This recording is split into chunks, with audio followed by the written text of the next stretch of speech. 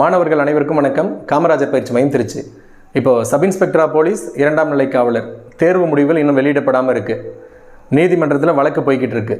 இந்த சூழ்நிலையில் தமிழ்நாடு ஆளுநர் அவர்கள் ஒரு அரசாணையில் கையெழுத்து போட்டிருக்காங்க. பிஎஸ்டிஎம் தொடர்பான ஒரு அரசாணையில் கையெழுத்து போட்டிருக்காங்க. அந்த அரசாணை என்ன சொல்லுது தெளிவாக?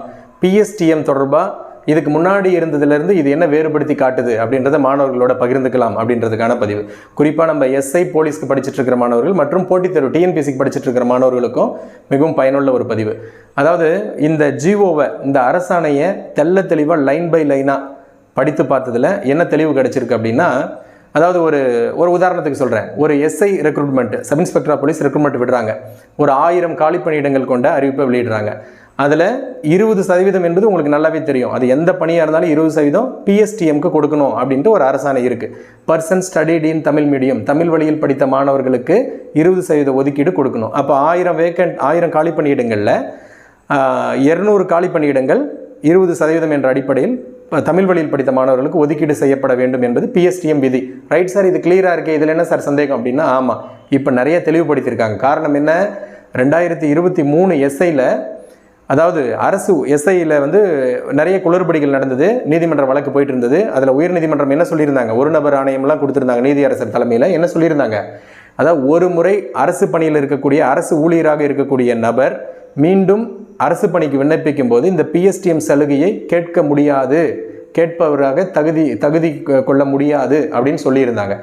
அந்த இதில் தெளிவுபடுத்தியிருக்காங்க. இந்த ஜிஓவில், இந்த இப்போ ஆளுநர் கையெழுத்திட்டு இருக்கக்கூடிய இந்த 2026 ஆகஸ்ட் மாதம் தமிழ்நாடு ஆளுநர் அவர்களால் உறுதி செய்யப்பட்டிருக்கக்கூடிய இந்த அரசாணை தெளிவுபடுத்தி இருக்கிறது. என்ன தெளிவுபடுத்தியிருக்கு அப்படின்னா, டைரக்ட் ரெக்ரூட்மெண்ட்னா என்ன அப்படின்றத தெளிவுபடுத்தியிருக்காங்க. ஓகே, டைரக்ட் ரெக்ரூட்மெண்ட்னா என்ன? அதே உதாரணம் சொல்லுவோம். இப்போ ஒரு 1000 காலி பணியிடங்களுக்கான சப் இன்ஸ்பெக்டர் கால்ஃபர் வந்திருக்கு. இப்போ இந்த கால்ஃபரில் 20% பிஎஸ்டிஎம் ஒதுக்கீடு கொடுக்கணும். Right, okay.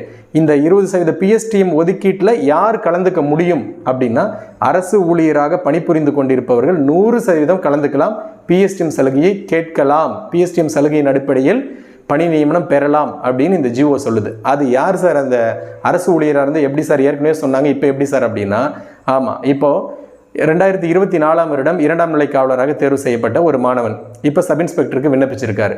அவர் அதுதான் இந்த ஜிஓலேயே சொல்லியிருக்காங்க. டைரக்ட் ரெக்ரூட்மெண்ட்னா என்னன்னு சொல்லியிருக்காங்க. ஒரு டைரக்ட் ரெக்ரூட்மெண்ட் என்பது எப்படி இருக்கணும் அப்படின்னா, அதாவது பொது போட்டியாளர்கள் எல்லாமே அதில் கலந்துக்கணும். அது துறை சார்ந்து எந்த விதமான சலுகை கொடுக்கக்கூடிய ஒதுக்கீடு இருக்கக்கூடாது. அதில் இப்போ எஸ்ஐ ரெக்ரூட்மெண்ட் 1000 ரெக்ரூட்மெண்ட் வருது, இதில் 200 பிஎஸ்டிஎம்னு சொல்லிட்டாங்க. அப்போ 2 வருடமாக அரசு ஊழியராக இருக்கக்கூடிய ஒரு நபர், அவர் குரூப் 4 வேலை செய்யட்டும், போலீஸில் வேலை செய்யட்டும், எங்கே வேணா இருக்கட்டும், அரசு ஊழியராக இருக்கக்கூடிய நபர் என்ன பண்ண போறாரு? எந்த விதமான துறை ஒதுக்கீடுக்கும் போக போகிறதில்ல. அவர் 1ஆவதுலேருந்து பட்டப்படிப்பு வரை தமிழ் வழியில் படிச்சிருக்காரு மற்றும் அவருக்கு வயது வரம்பும் தகுதி இருக்குது. அதனால் என்ன பண்ண போகிறாரு? ஓப்பன் கோட்டாவில் போய் அப்ளை பண்ண போகிறாரு. ஓப்பன் கோட்டாவில் அப்ளை பண்ணி போய் எஸ்ஐக்கு அட்டன் பண்ண போகிறாரு. உடற்தகுதி தேர்வு,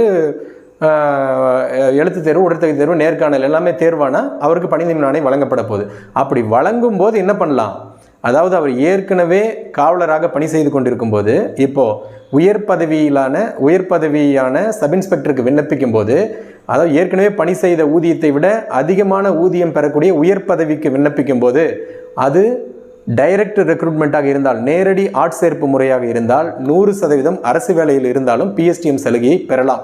ரொம்ப கிளியராக சொல்லியிருக்கேன்னு நினைக்கிறேன், பொருந்தும்.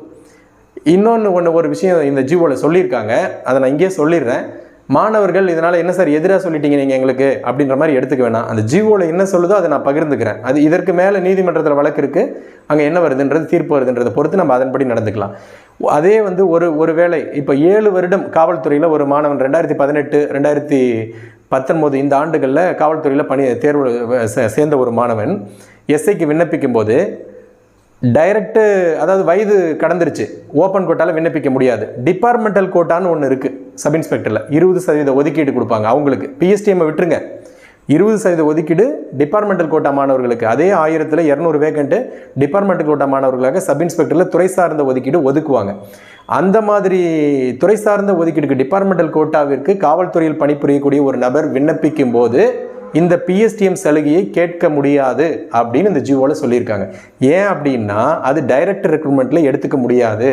ஏன்னா அந்த 20% என்பது ஒன்லி யார் மட்டும்தான் கலந்துக்குவாங்க, போலீஸில் 5 வருடம் பணி அனுபவம் கொண்டவர்கள் மட்டும்தான் அதில் கலந்துக்க முடியும் அப்படின்னு இந்த ஜிஓ தெளிவுபடுத்தியிருக்கு.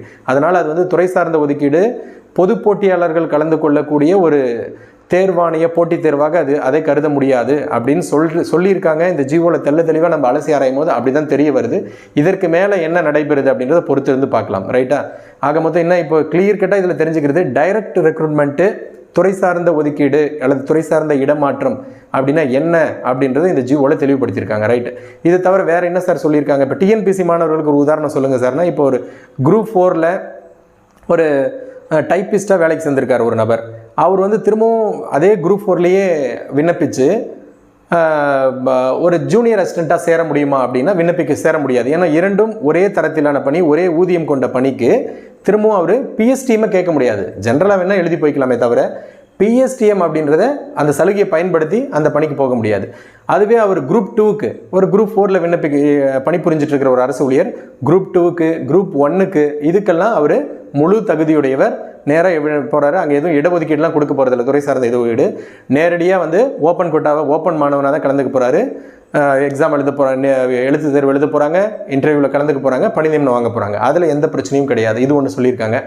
அடுத்து இந்த ஜிஓவில் என்ன தெளிவுபடுத்தியிருக்காங்கன்னா, 2010லேருந்து 2026ஆம் ஆண்டு வரை மேற்கொள்ளப்பட்ட பணி நியமனங்களில் இந்த ஜிஓவின் அடிப்படையில் இந்த அரசாணையின் அடிப்படையில் இல்லாமல் வேறு விதமாக பணி நியமனம் செய்யப்பட்டிருந்தாலும் இந்த அரசாணை அந்த பணி நியமனங்களை பாதிக்காது, அது பாதுகாக்கப்படுகிறதுன்னு சொல்லிட்டாங்க.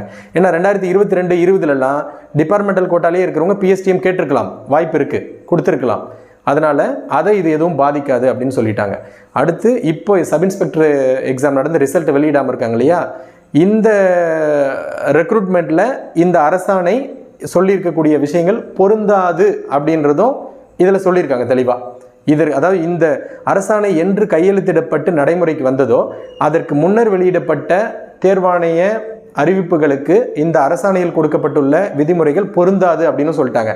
அதனால் இந்த வருடம் எஸ்ஐக்கு டிபார்ட்மெண்டல் கோட்டாவில் இருக்கிற மாணவர்கள் கூட பிரச்சனை இருக்காது அப்படின்னு தான் நான் நினைக்கிறேன். முடிஞ்ச அளவுக்கு அந்த ஜிஓவை தெளிவாக ஆராய்ந்து நம்ம டிஎன்யூஎஸ்ஆர்பி போட்டித் தேர்வர்களுக்கு தகவல் சரியாக துல்லியமான தகவல் கொடுக்கும் வகையில் சொல்லியிருக்கேன். மேற்கொண்டு ஏதாவது சந்தேகங்கள் இருந்தால் நீங்கள் கமெண்ட் செக்ஷனில் சொல்லுங்கள். உங்களோட சேர்ந்து கூடிய விரைவில் ரிசல்ட் வரணும் அப்படின்னு சொல்லிட்டு நானும் ஒரு எதிர்பார்ப்பில் காத்துட்ருக்கேன். கூடிய விரைவில் நீதிமன்ற வழக்குகள்லாம் முடிந்து மாணவர்களுக்கு ஒரு நல்ல நிலை கிடைக்கும் அப்படின்ற எதிர்பார்ப்போடு இந்த பதிவு முடிச்சுக்கிறேன். மாணவர்கள் மேற்கொண்டு ஏதாவது சந்தேகங்கள் இருந்தால் கமெண்ட் செக்ஷனில் கேளுங்கள்.